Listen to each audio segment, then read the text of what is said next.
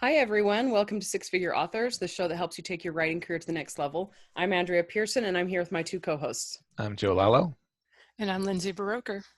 And today we're really excited to be interviewing USA Today bestselling author Sarah K.L. Wilson, who hails from the Rocky Canadian Shield in Northern Ontario, where she lives with her husband, two small boys, and wishes she had a dragon to help light fires in her wood stove during the long winters. Sarah writes young adult fantasy. Her career took off in early 2018 with her successful Dragon School serial. She's been publishing books just about every month since. And we're going to ask her, or we're going to talk to her about the viability of serials, how she's kept her initial success rolling, and the young adult fantasy market in general. Welcome to the show, Sarah. Thanks for having me, Andrea. Yeah, we're really excited. I'm especially excited. I've been following you, for a while now, and I'm like, she's like one of those really successful, cool, down-to-earth, friendly authors. Andrea, you were my first YA author friend in the indie world. Really? Oh, I didn't know that. That's cool. Yeah. That makes me happy. I'm like, yay, friends. Yay. Anyway, so yeah, we've got a lot to ask you about, and it's kind of funny because just this week we've been having people ask about serials, and we were like, hey, we've got somebody coming on, so this is really great timing. Yeah, so first off, actually, this is just me being curious, but I need to hear more about where you grew up because that bio. That's such a funny question because it's actually one of the harder ones for me. My family, when I was growing up, moved 17 times before I was out of the house. So we lived all over Canada and a couple places in the USA, including Minnesota and California, and very rurally in places in Canada. So for a few years when I was growing up, we'd see people maybe once a month. It was kind of unreal. That was until I grew up and got out of the house and lived on my own. So I have a lot of experience with all kinds of places, from like inner city to really far out in the woods. And it makes for kind of an interesting time as a writer because you have all kinds of inspiration growing up. Man, my husband would die for that. He's like, not seeing anybody for a whole month. Whoa. And I'd probably die. I would die in that. I'll admit, I kind of dug into that when I was trying to figure out what to do during this pandemic. I would think back and be like, what did my parents do when we wouldn't see people for forever? No kidding. Okay, so on a more serious note, how did you get started with writing and indie publishing? So I wanted to write as an author for a very long time, and I wrote a bunch of little stuff. And then around 2011, I wrote my first novel, and I tried to put it online, and I got really sick. I was pregnant, and that threw a wrench into everything. And I started up again in 2015 when my kids were big enough that I could actually focus a little bit. And I encountered Mark Dawson's SPF, self-publishing formula, almost immediately, and that kind of put me on the right foot for figuring out just the real basic stuff, like, you should probably have a newsletter, you might want to learn to advertise, think about your genre, and all those great little basic things that indie authors should probably know. And that's where I met Andrea, and basically where I got started with my YA. I was writing YA SF at the very beginning, science fiction, and then I moved into fantasy, which was my first love anyhow. And I think it's a little bigger audience also, so that possibly helps.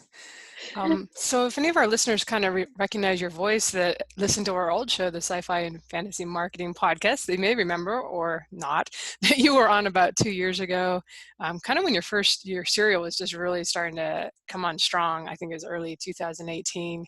And I'll put the episode in the show notes in case people want to check it out, because we called it Making Good Money with Serial Novellas and YA Fantasy. So who doesn't want to do those things? It looks like you've redone the cover since then and finished that serial and started a bunch of new stuff. Could you kind of talk about what you've been doing these last couple of years?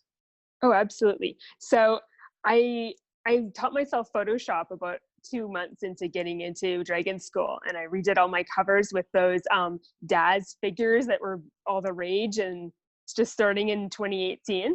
And I finished Dragon School. It was 20 novellas long. And then I did a spin-off serial, Dragon Chameleon, which was also set in the same world, with cameos from characters in the first series. but not the main character. That was someone totally new.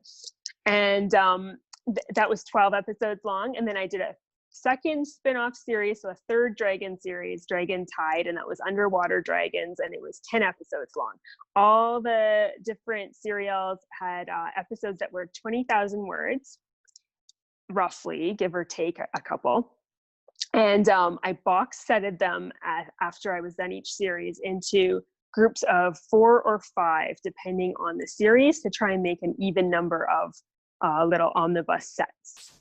And yeah, those are all my serials, those 3, and I've done some full novels after that. Yeah, that's pretty awesome. It's kind of overwhelming too. Okay, so Lindsay's poor dogs. You can explain, since I've been stuttering here, if you want to, Lindsay. Sorry, I had shut all the blinds so that the dogs wouldn't have anything to bark at, because I didn't want to stuff them back in the bedroom. It's kind of warm today, but I had to stuff them back in the bedroom. So I hope that Sarah gave an excellent answer to my question, which I promptly left in the middle of as soon as I asked it. But go ahead, Andrea. You want to move into kind of the YA fantasy stuff? Yeah, we're going to go ahead and talk about marketing. That's what everybody loves hearing about, including me. So what are things that currently work well for you when it comes to marketing YA fiction? Oh my goodness. It feels like the market's really changed in the last year, I guess. And the only thing that really works for me these days is steady ads to a long backlist. So basically, of course, all my serials are fairly long. And since I sell them either in sets, and there's a few sets, or as individual episodes, and ask a reasonable amount of money for those, my backlist is fairly strong. The only thing that's really working for me right now is advertising to those long series and having like consistent, steady Facebook and Amazon ads pointing people to there. And it's like, I don't know, it feels a little bit more like a grind than it was in the old days, when you could like throw things up in a newsletter and boom, there was a bunch of sell through and these really long tails. These days, it feels like every day you have to be in there, like just making sure your ads are ticking along and making sure that you're driving traffic to your series, like slow and steady almost. I might be an outlier, but that's what I'm finding in YA fantasy right now. The old days of 2018, as Joe and Andrea and I are like, oh yeah, that was like yesterday. But yeah, you definitely had some success with that serial. And did it end up being 20 books? Is that right? Or 20 installments? And you've since boxed them up. Do you try to sell the box sets with advertisements too? I've driven most of my traffic these days to the box sets because people seem to like them the most. There's 4 of them, and I sell them for $9.99 each. So that's a reasonable income for those 4 sets. And each set is 5 novellas that are 20,000 words each. So that's only 100,000 words for those of you who are epic fantasy authors and do that's part of one of your books. Yeah, so that works out pretty well. I drive all my traffic these days to those box sets. So $9.99, is that what they are? I think that's what I poked around for. 100,000 words. I think I'm undercharging here for my novels. But they look like boxes. You make it, it looks like 5 books in a box. Is there any resistance to that, or because they're in Kindle Unlimited too, do you get a lot of people just doing the borrow? I had a lot of resistance to the individual episodes, which I was charging $2.99 for. And I got a lot of reviews that said, do you even know how much this is going to cost you to read the whole series? Which I thought, well, yes, they can do math, so they probably do know how much it will cost them. But people put a few of those reviews on the top and they got upvoted.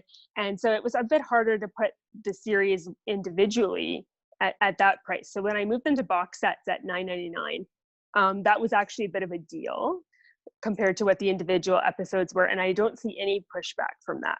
I occasionally have people talking to me about how it's pretty expensive, and I always point them to KU and saying, well, get yourself a 1-month subscription. If you're a fast reader, you can read the whole thing in 1 month and it will only have cost you $10. And I hope that then they stay in KU and read all those other amazing books too.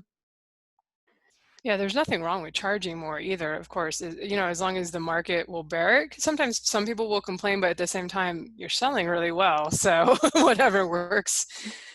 For people, though, who are wondering, what was your pricing like, was it like 99 cents and then $2.99 for all the following episodes, whatever they are? Yeah.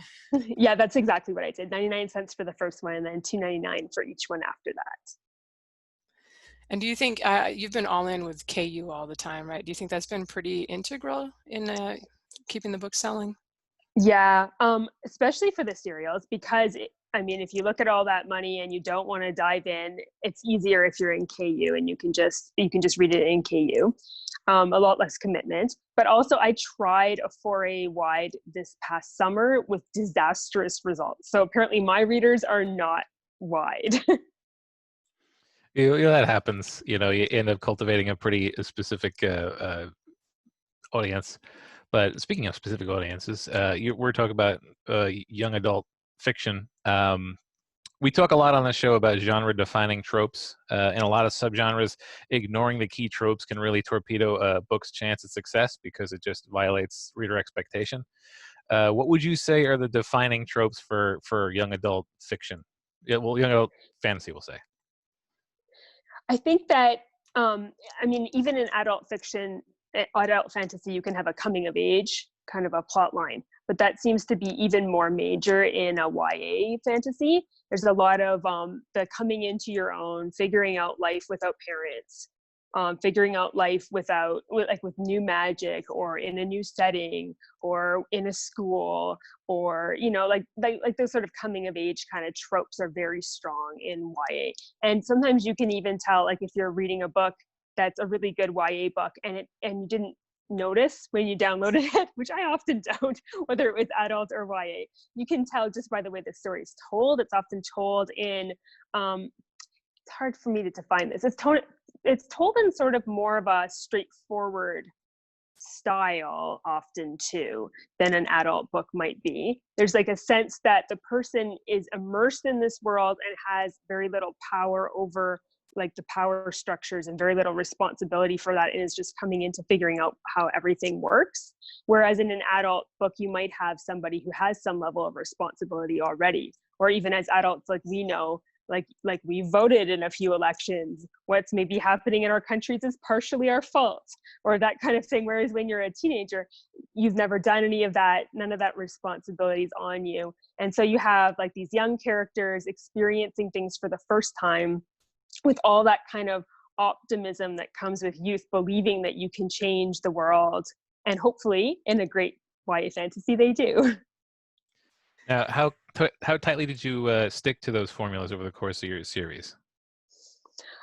So obviously there's elements of that in all my books, but I went some different directions with each of my series. I really like to, and I find that readers of that genre really like stories of hope, where like you have somebody who's an underdog and they find a way to save everything through friendship, through forgiveness, through all those kind of good traits. It's like the kind of genre where you're still allowed to be optimistic and cheerful about the world. And I found my readers really liked that. How tolerant would you say that the young adult market is to variations from that stuff? Like, if they don't find what they're looking for, do you tend to get some bad reviews and bad press, so to speak? I don't really find that so much. I find that well, I mean, there's not a lot of people who are writing, say, grimdark YA. Maybe there are, but I haven't found them. But I don't really get reviews saying I didn't like the tropes. Sometimes one thing that people tend to complain about in YA, if they're not a YA reader and they try to read those books, is they complain about whiny characters. And that's because you have like a young character and they're figuring things out, and say like their parents die, they might be upset about that. But there's not actually a lot of tolerance from non-YA readers for the fact that YA characters tend to be kind of angsty. I've definitely had that experience with my readers when I've tried to do a spin-off with like the kids, they're like teenagers and they're like, that's so immature that their parents would never let them do those things. And I'm like, all right, I don't think you're really a YA person. I maybe just got to write to the audience that I have, is kind of what I learned. You mentioned that you do advertising to, I assume AMS, Facebook. You also write a lot. I was looking at what you've done in the last 2 years, like, oh my gosh, she's got like finished the serial, the 20-book serial. And I don't know, have you done two series of novels since then? Yeah. Is that part of your just rapid release? I guess I can't talk. I write pretty quickly too, but how much does that help with the marketing? I think that does really help because you get to capture that energy that readers have when they like binge read through your series. I found it was helping a lot more in 2018, 2019 than it has been this year for me. But maybe that was just because I was working on the serials then, and the serials were coming out every 2 weeks, and they had so much momentum on their own that advertising didn't have to be as strong. Whereas this year I've been doing full novels, one a month. And so they're a little bit more spaced out, and I don't know why, but even one a month doesn't seem to be quite fast enough to trigger whatever that fancy algorithm is that loves those rapid releases.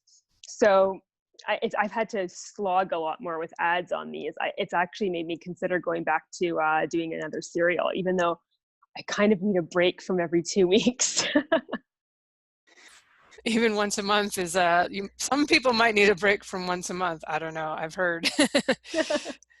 Did you have any challenges with, like, I feel like readers are so committed to the characters in the world after like 20 installments, however many novels that is equal to.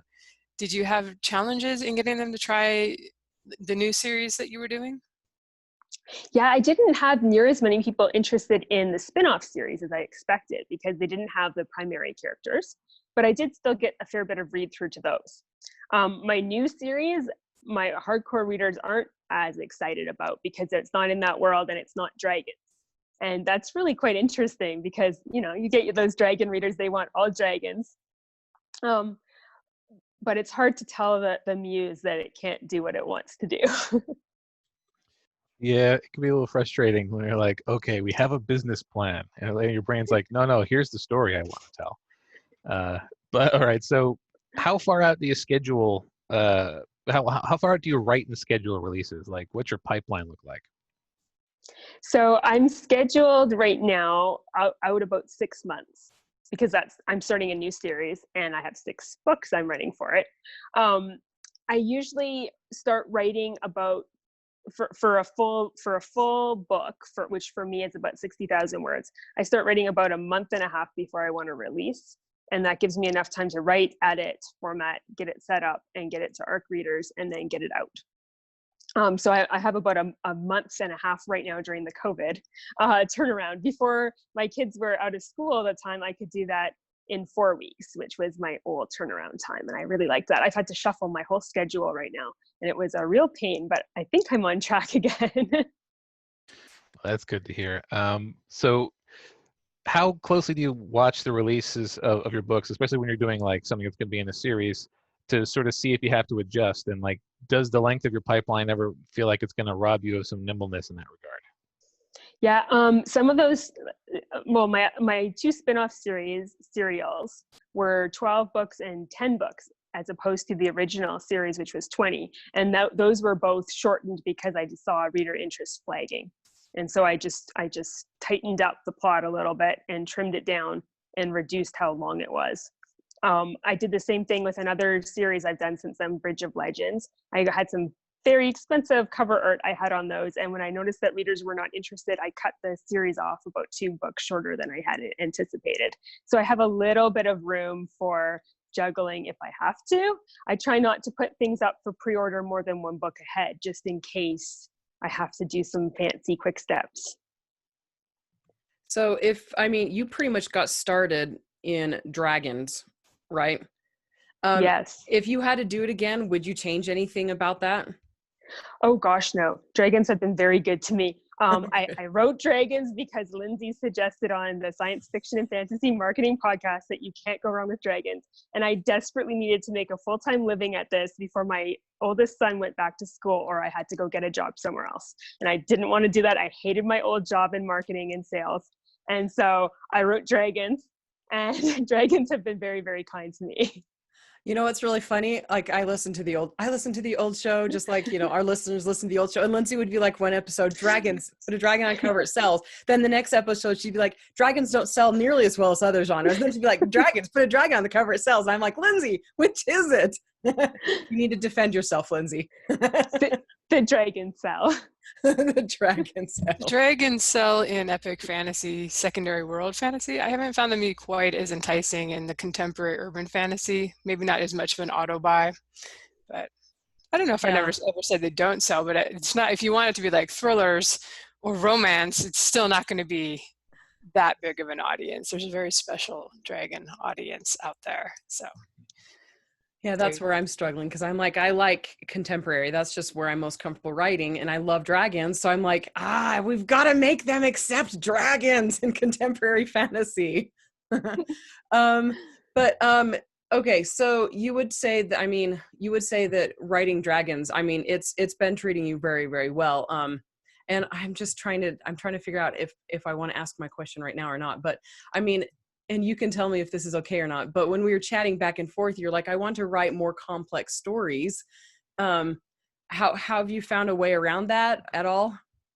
Well, that's why I took this little divergent move into novels for a little while. Yeah. And I also moved away from dragons. I put some in my Bridge of Legends series, but they're not the good guys that you ride and are best buddies with. They're the bad guys that are the size of the city, and all the cities are built on top of these dragons that rise up and cause all kinds of trouble. But the readers who love the dragons that you ride were not excited about that at all. And they haven't necessarily embraced my next series either. I tried to write to trend. I tried to write a Fae series because they're I thought they were going to be really popular this year. And I really like how my series turned out. In fact, it's probably the series I'm the most proud of. And it's gotten its own little following, but they're not the people who loved my dragon books at all.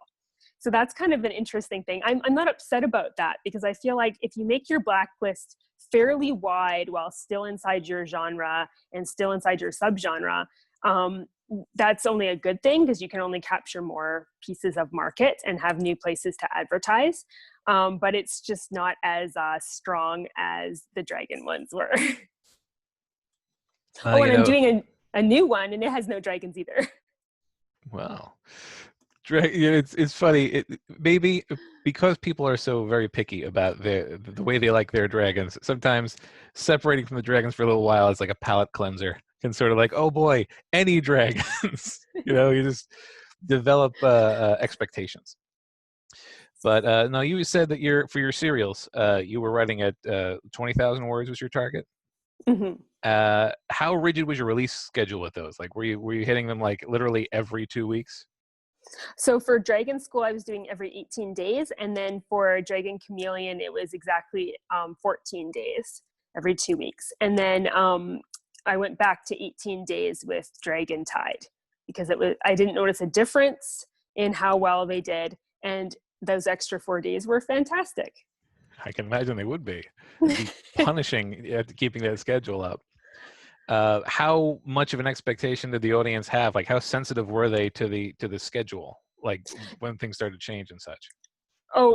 They really liked having a schedule. They didn't mind if it was 14 days or 18 days, but they wanted to know exactly when it was, because they would like wait for it on their Kindle. When it's going that quickly, like it's like your favorite TV show, right? Like, when it's going to be, you expect it to be there when you log in. And so they didn't mind the variance between those two, as long as I was rigid about keeping it. And so I always had the next one on pre-order ready to go. And so there wasn't like any problems with them getting it exactly on time.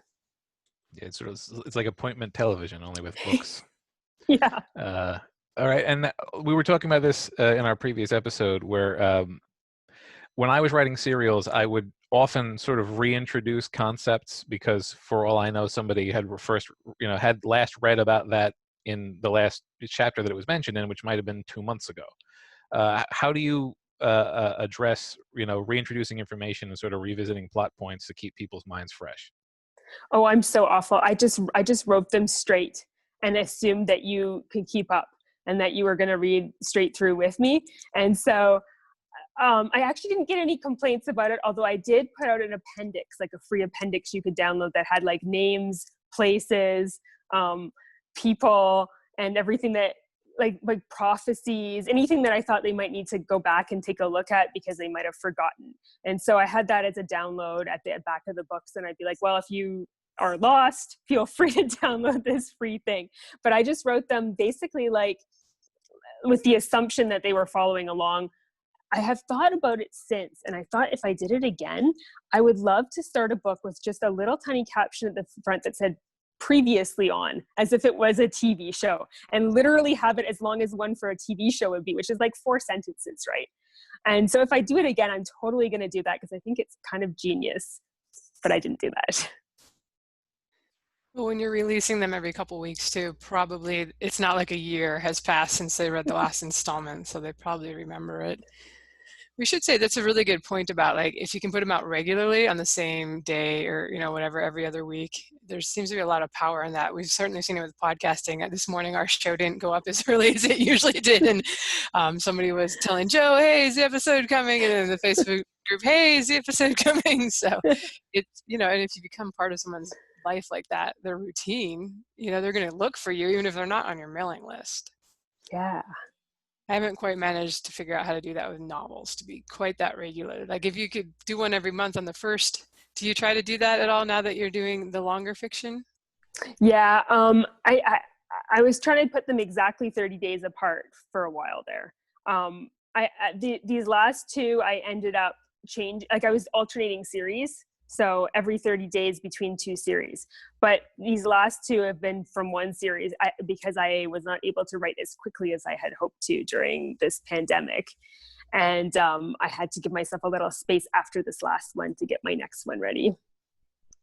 Probably just have to write the whole 10 novel series ahead of time, but then you're not making money if you're not releasing anything. So it's hard to do all the things that you want to do. And it does seem to matter. It almost feels like Amazon knows if you're not releasing something and it affects your other books. I don't know how it does, but it seems to work that way for me. In a month when I don't release, it's like it affects my other books. It is entirely possible. I was kind of laughing at you mentioning the dragons because I was like, I think I'm gonna do sci-fi again next, so I don't feel compelled to like put dragons in the sci-fi. But the last couple fantasy series have had dragons, so I'm like, and I was thinking if I do another epic fantasy, I think I don't want to do dragons. I think I want to do something new. But I don't know. We'll see how it goes. I think if you kind of train your readers that you do jump around and do different things, it'll be less of a thing if all you've ever done is dragons, and then you're like, Fae, we're doing Fae this week. I don't know. We'll see how it goes for you. It's really funny. I'm a huge fan of the TV show Survivor. And I just watched the most recent season of that, and it's all the winners from past seasons coming back and playing against each other. Anyways, it made me think about writers who are veterans, who have like many series out. And you get to like a certain point where you've seen it all happen before. And so you want to try new strategies just to see how they play out almost. Kind of like the people on that show were like, I just want to do something different than I did the last time. I thought you were going to say you're going to bring all of your characters together to compete and see which one does not get voted off the island in the end. I don't know. That'd be amazing. Keep it in mind. I'll expect 5% if you go with that story idea. So I did want to ask for people who, because we have had interest in, people are like, I want to do a serial, whether on Patreon or in Kindle Unlimited.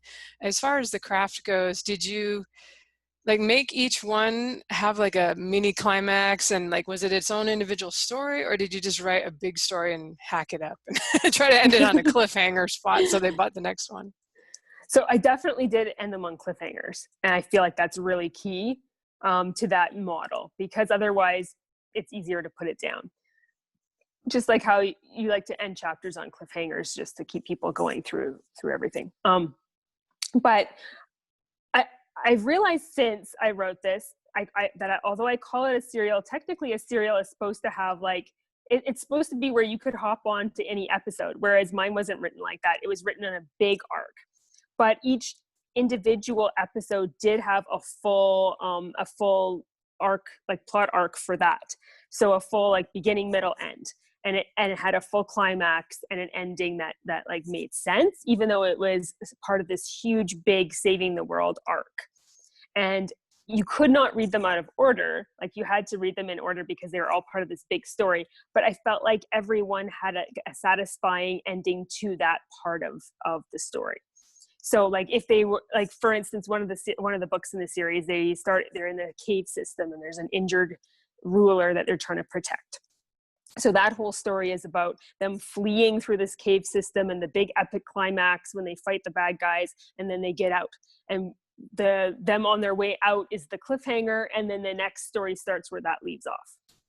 So you do get like a whole story, but it's only part of the huge story at the same time. Kind of like, I don't know, like Wheel of Time or something, although those are very huge books, they're part of like a huge arc too. Yeah, it's funny, like, as you talk about this, serials, you talk about, like, they're supposed to stand alone and all that. Star Wars started with episode 4, and lots of people say that it was specifically supposed to emulate the feeling of coming in halfway through the series, and like back when the serials were literally just things they showed in theaters. And now it strikes me you're talking about adding a little thing at the beginning to tell people where we are, and that's just the opening crawl. So it sounds to me like you've got a pretty successful formula to copy off of here. Woo! But all right, so I want to talk a little bit about your covers. You've had you've had a lot of experience with covers, and the covers that you've got tend to be pretty distinctive and consistent across your entire series. So what's your process for doing covers? Well, I made my own covers for all the dragon ones. So for Dragon School, Dragon Tide, Dragon Chameleon. And my more recent series, I have illustrators working for me and I'm doing the typography for them. I think that it's the typography that makes my series look kind of consistent across all my different series. So I would actually recommend, if anyone can learn their own typography, that they do that, because I've noticed other authors who do well in my subgenre are doing their own typography on top of illustrations too. And so that way you can kind of like, your feeling, your brand, you can make it consistent across different series in a way that it's harder to like get a new cover designer every time to try and figure out. And that it gives you a lot of flexibility in who you hire for your illustrator too, now that I have illustrated covers, because I can hire any illustrator I want, knowing that I'm going to make their art fit my brand, because I'm going to put my own typography on top of that. That makes a lot of sense. And again, you release very rapidly. Like even your slower release schedule is way faster than most people can manage. And I find I in particular find always have illustrated covers, and it's sometimes really hard to get an illustrated cover on anything resembling a schedule because illustrators tend to be pretty darn backed up. So how do you deal with the long tail of illustration? So for that, I'm stalking them. So I get an illustrator started about 6 months to a year before I'm going to need them. And I get them going and I get them to do like 5 or 6, which has its own pitfalls, because I have no idea what I'm going to put in these books. I just have them. I'm like, do 6 of these for me and let's hope they work out. And so like right now I just started work on a brand new series. I have 6 covers for that one. I'm hoping it's going to be 6 novels long. Otherwise I'm going to be scrambling for illustration towards the end. But I've already got someone started on the series after that on the illustration, hoping that she'll get enough ahead that I can get working on that in plenty of time to have 6 or 7 of those stocked up before I get there. And how much information do you sort of have to get together in order to give an illustrator so that they'll know, like, obviously it's going to have to be a little bit of understanding of the setting and the characters, but like what's your cover brief look like? So I usually have my concept tagline and blurb, and then I tell them what I want for a central character and what kind of a mood I'm going to have for the background. And I give them some comp pictures of ideas that I have, because often when I plan a series, before I actually even get to the details, I'm thinking about like the tone, the subgenre, what my comps are going to be that I want to advertise against when I get there. And so those kind of things kind of determine your cover anyhow. So it makes it easy to pick my covers before I even really know like the details of the story. Like for instance, this series coming up that I'm hoping to write in 2021, it's going to be about this YA fantasy girl and her bodyguard. So I know, okay, I'm going to want her bodyguard and her in the picture, and I'm not going to want much else to distract from that. And so that's kind of what I'm telling my cover designer. You're not going to want much else like clothes and background and things like that, right? Well, I'm not quite that saucy of a writer, but I've been really drawn lately to the YA fantasy that doesn't have a lot of background because it seems to stand out well in thumbnails. So I've been kind of directing my cover designers to give me less background. Oh, yeah, that's a good point. Okay, so I've got a bunch of author business questions for you, if that's okay. Okay, so you mentioned that this past summer you tried wide for a little while. And I know that like historically, they always say, it takes a couple of years to do that, which most authors don't, they can't afford for it to take a couple of years, But if you were forced to go wide, how would you tackle that? Like permanently go wide and not use Kindle Limit at all anymore? I have thought about that actually a bit. I think that if I got into that position, I'd want to hit pretty hard with Facebook ads out the gate, and hope to build momentum that way. That was the best I managed with my series, and I would definitely not keep my price point low because I could not make Facebook ads work for me at a low price point. They only worked for me at a higher price point, so I'd need them to sell at $4.99 plus a book, which is a fair bit of money, but I noticed that the wide authors who do well are selling their books at that price, at least in my genre. Like Gillian Dodd is amazing in YA. She's wide. She sells her books at a high price point. Melissa writes YA fantasy. She's amazing. She's wide, and she has a first in series that's free, but the rest of her books are sold at a good high price point. She does really well also. How long are their books compared to yours, like the length and all that? Yeah, they're longer than mine. I mean, my books are short. Mine are 40 to 50,000 words long, and those are my full length novels. My novellas are, 20,000 words. And so, I mean, these are things I think about. Well, see, I'm with you. My full novels are 50 to 60,000 words and for me, it's all about, I can't afford to write longer number novels because I can't sell them at a high enough price point. And so it's just a matter of like, I have this many hours to make a book. And so I need to be able to make money from that many hours. And it's just not feasible to write that many. Like if I wrote a 200,000 word novel and then sold it at $2.99, how in the world am I ever going to make enough money to pay for all that time?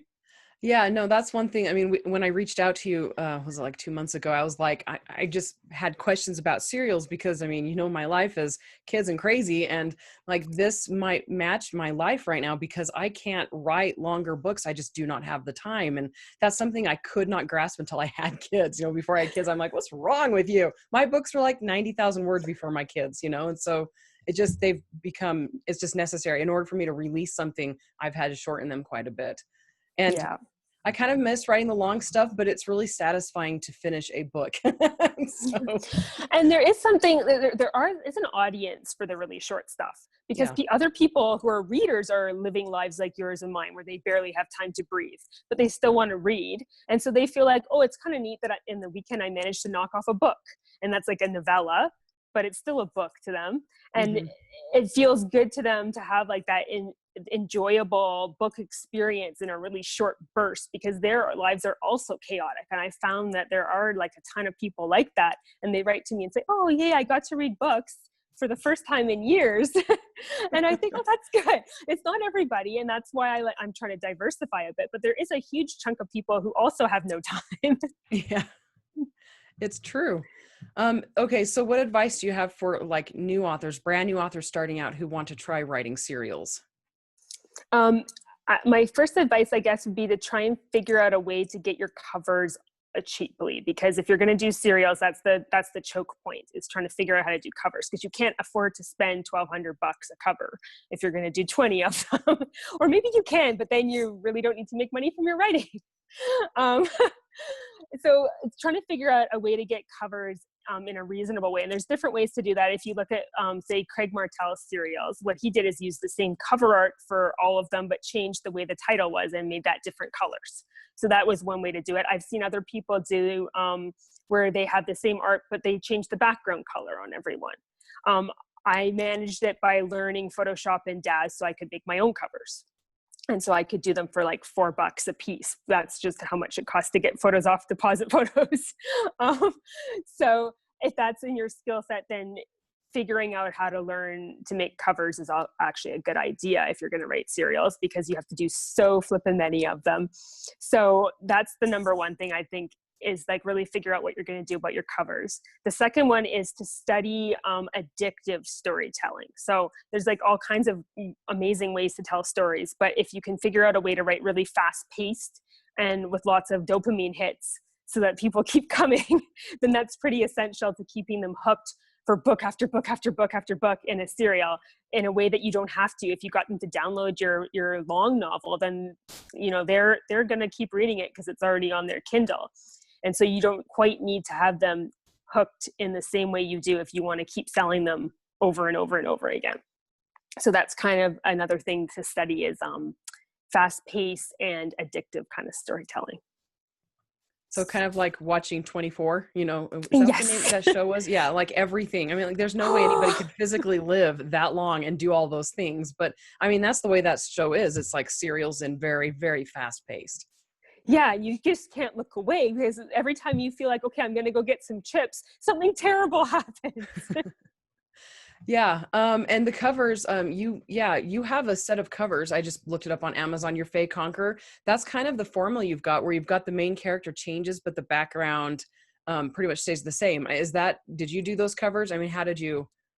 I worked with an illustrator for those ones, and I just liked the idea of the series looking that's that much the same by just changing the central figure. And so I asked him to do that for me.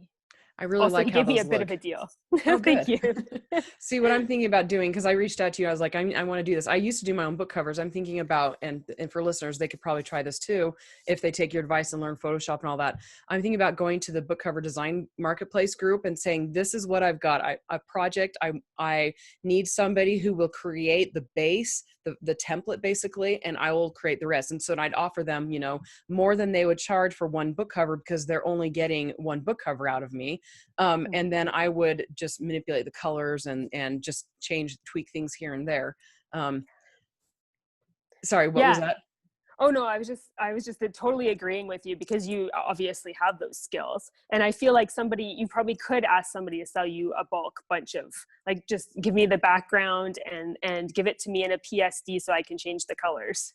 My illustrator's fantastic about that. He sends me PSDs and lets me play with them.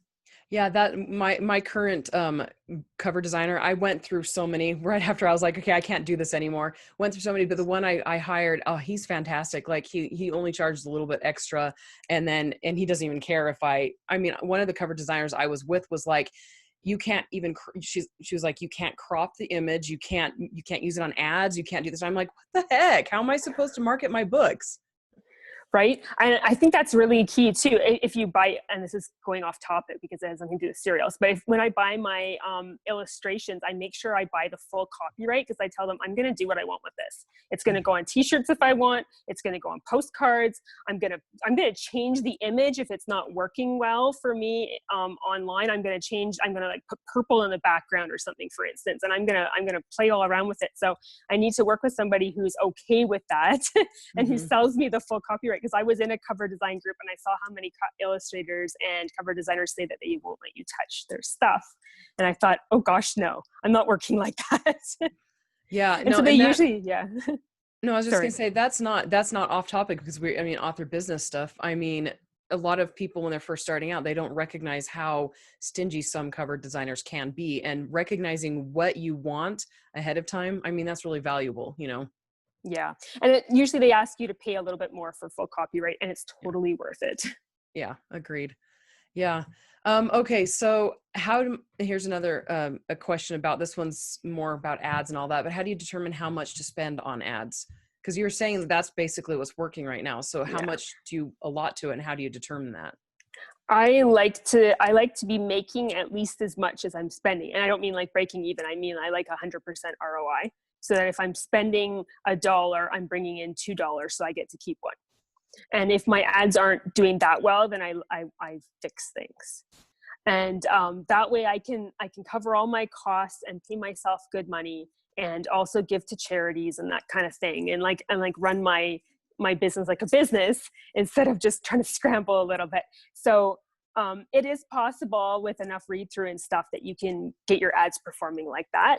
Some people do even better than that with their ads. I don't have enough time to tweak mine to make them to peak performance, but I keep mine at adequate performance. And for me, that basically means if I'm spending $200 on ads that day, I should be bringing in $400 that day, etc. Okay, so I was actually going to ask that. I mean, is that including series read through, or is that the first book? I mean, that you're advertising? Yeah, I calculate it with series read through with the whole 9 yards. I was going to say that's really hard to get on a first book. Yeah. Okay. No, that's awesome. Do you have a formal written business plan? And if so, what does it look like? I do not. I read that. I heard you were going to ask me that. I'm like, oh gosh, maybe I should figure out what a formal written business plan is. I have a very informal approach to everything. I'm a pantser when I write, and that's also how I started business. I just dove in and got to it. But I mean, I definitely would say I have a business plan now. It's just not written out. Like, I know I am writing in YA fantasy. I'm releasing once every month. I expect to get X amount of money from my ads, and I expect to spend X amount of money every month. Every book that I write, I put into ACX, and I get an audiobook made out of it. I make hardcovers and paperbacks for everyone, because I feel like the more formats you have, the more money you can make off these products, and the better chance they have at surviving and at pleasing every kind of reader, because people like them in every format possible. And quality is super important to me. So I am willing to spend money on good cover art and on good narrators, because that's part of my brand. I hope that's hoping to answer things. No, that's fantastic. Okay, so back to the ads again, because I'm kind of hooked on the Facebook Amazon ads, and I love Facebook ads. They're like my favorite thing in the world. When you started recognizing that was what was working, was it hard to to plunge farther into it? I mean, because sometimes, you don't get the money back for a while, and it's just, you have to spend more to make more. I mean, how did you handle all of that? So I started spending money on ads when my serial took off. So it was already doing well on its own and making lots of money. So I had a really soft launch into ads, because it was like, oh, yay, they're working. And I'm sure it had nothing to do with them at first. But then I came to a point where I wasn't releasing Dragon School books anymore, and my income took a huge hit as I went into the spin-offs. And I thought my ads weren't performing, but it was just that they had never been performing as well as I thought they were. And that's when I had to kind of figure out what the heck I was doing. And things kind of tumbled, and I figured out my ads enough to buoy them up and slowly bring them up to a level that I'm now happy with again. So I do think it takes a little bit of work. I think Facebook ads take a lot less work, because mine at least seem to do better over time as that social proof gathers, because I'll have an ad with several hundred comments on it from people saying, oh, I read that book and it's good. And enough comments like that, and people are like, oh, obviously it's good. And so then your ad just gets better, whereas Amazon ads don't seem to work that way. And I still feel like I'm figuring them out, even though I've been doing them now for years. Yeah, it's really tough with KU with us not knowing how many of our clicks are actually turning into borrows and reads. And when you're just doing well, when your series kind of catches on too, it's hard to tell how much is from the algorithms and how much is coming in from the ads. So it's actually easier to take a series that hasn't been selling and then advertise it. And then you can see exactly what happens as a result of it. Exactly. And I think that it's really helpful to find other authors right in your small niche, and hopefully ones who are making about as much money as you, and to figure that out together, because then they have data from things they're trying, and you have data from things you're trying, and there's more than just your own data to try and figure out what the heck works in this.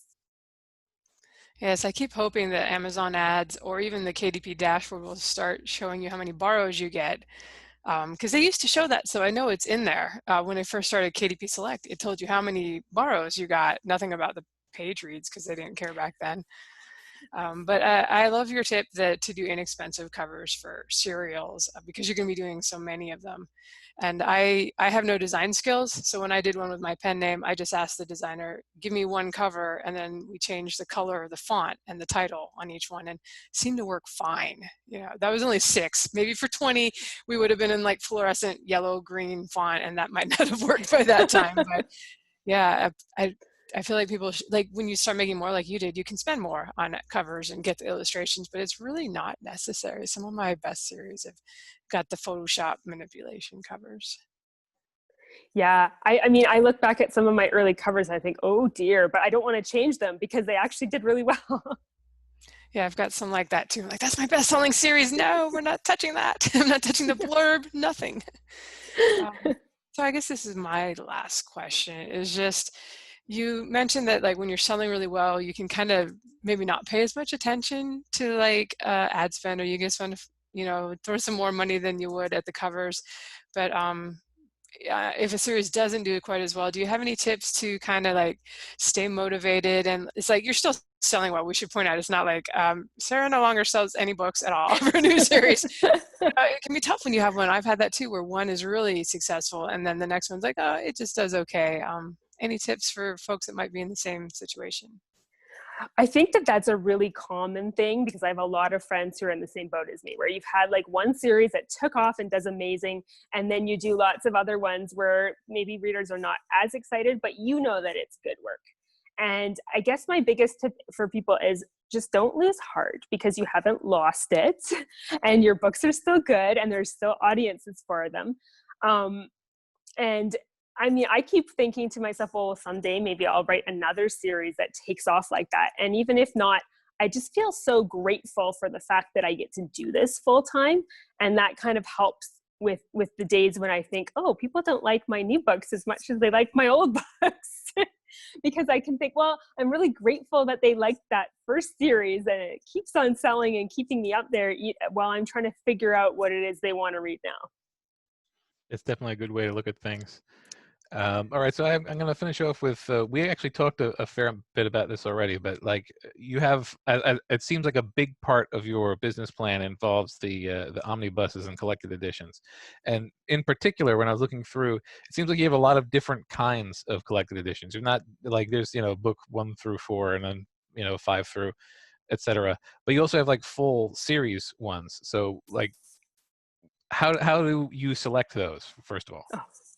So I think my ones before Dragon School were just not very good. So I put them into bundles and put them cheap because I feel like readers shouldn't have to pay very much for them because they weren't very good. And then after my Dragon School, Dragon Tide, Dragon Chameleon series, I wrote a series called Bridge of Legends, and I paid a lot of money on the cover art for those, and they just bombed.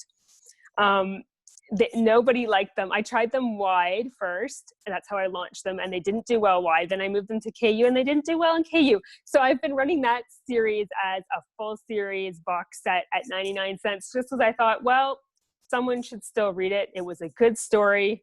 So I feel like I'm almost giving it away. But it was a good story. I think people should read it. So that was my mindset behind that. It has nothing to do with business. It's not even probably a good business decision. It's just that I hate to see it sit there and not be read. Whereas the Dragon books, they're priced the way they are because I feel like they're strong enough that they can be sold at that price point. My most recent series, my Fae books, I don't even think I'm going to box set them, because they sell adequately as individuals, and I'm afraid of stealing those sales. But yeah, that's where I'm at with those. All right, and just as a quick follow-up, do you ever include a story in more than one box set? Like, do you do a version that's books 1 through 4, and then later on a full series? You know, I've never done that. I've heard that Amazon doesn't like it, and I'm nervous about treading on their toes with my better selling series. I have thought about doing all my Dragon series starters in one, but because they're like interwoven, there's like spoilers in the first book, so that I feel like that might backfire for me. Let's see, Lindsay, what are you saying in comment right We're there? just, yeah, you're like, I was just going to say that I think that the last I heard from Amazon is that you're not supposed to do, like you could do 1 through 3 and 4 through 6, like you've done, but they might have a problem if you do 1 through 3 and then like 1 through 6. And it's more of a Kindle Unlimited thing, I think, than like you couldn't do it on Amazon. And that's just, sometimes you get different stuff depending on which rep you talk to too. So it's, I like to just play it safe and not try to use the same book in multiple bundles right now. I agree. I'm in terror of offending the Amazon gods since they determine my fate. So I always play it safe. Yeah, I'm with you there. It's kind of problematic though, because I mean, that's why I was asking my question about what would you do if you ever had to go wide, because sometimes they do target innocent people, you know? And I mean, I would say that probably happens more in the case of one person and they're very vocal about it. And it doesn't happen very often to most people, but I still, you know, like to have a plan for in case it does. Oh, for sure. I thought about that too. There was some stuff in the news about 6 months ago about Amazon that made me nervous. And I was like, uh-oh, if they fold, what the heck am I going to do? And I think it's a good idea to have backup plans and to think through what you would do, because these things could happen. Yeah, they could. That's when you say, I'm going to become a plumber or something like that. When my husband found out how much plumbers made, he was like, what? Anyway, yeah, that's pretty much it for this episode. Did you have any last words of advice? Anything that you want to say to, especially right now with this whole coronavirus and everything, anything you want to say to authors? I think it's just such a hard time to be a creative person, because it's hard to be inspired when you're under stress. And I hope everybody can just hang in there and be patient, because this can't be forever. And if we can all just be kind and simmer down a little, because there's been a lot of drama, and just take a big breath, we're all going to be okay, and we'll all create beautiful stories again. Yes. They'll just be all about plagues in 2020. 2021, they'll all start coming out. Oh, I'm totally going to write my 2021 one is going to have a plague. I'm not ashamed of that at all. I actually had a virus thing going in mine. I'm like, you stole my idea, coronavirus. Now I look like I'm just following on your coattails. We'll have to have like a virus multi-author box set that we can all put our virus fantasy in. Excellent idea. That's so weird. 2021. Holy cow, we're halfway there already. Anyway, okay, so where can people find you? Where do you want to send people who are interested in checking out your books, etc.? You can find me at www.sarahklwilson.com and on Amazon. Yeah, the KL. Do you mind if we ask what that stands for? Carissa Lynn. My mom could not pick middle names and gave me many. That's awesome. My mom couldn't pick middle names, so gave me none. I got off easy. My brothers have like 4 each. What? Are you serious? Holy cow. Okay. I feel bad for them filling out government forms. Oh, they're awful. And they're so long. They're like long names like Jonathan and Britain, and I don't know. My parents were crazy. I think all of our parents are a little crazy. That's what happens when you only see people once every month up in the Canadian wilds. You're like talking to the bears and squirrels and things. Give your kids a bazillion names in hopes that you have more people to talk to. Wow. Makes trying to catch the right full name hard though. When your mom's mad and uses all your names. Yep. All right. Okay. So we're going to go ahead and wrap up now. Yeah. Thank you to everyone for listening. And thank you to Joshua Pearson for producing the show. You can find the show notes or leave a comment or question at sixfigureauthors.com with the number 6. And please consider leaving us a review and join our Facebook group if you would like to ask us questions, etc. Thank you so much, Sarah, for joining us. And we will talk to everyone later. Bye. Bye, everyone. So long, everybody.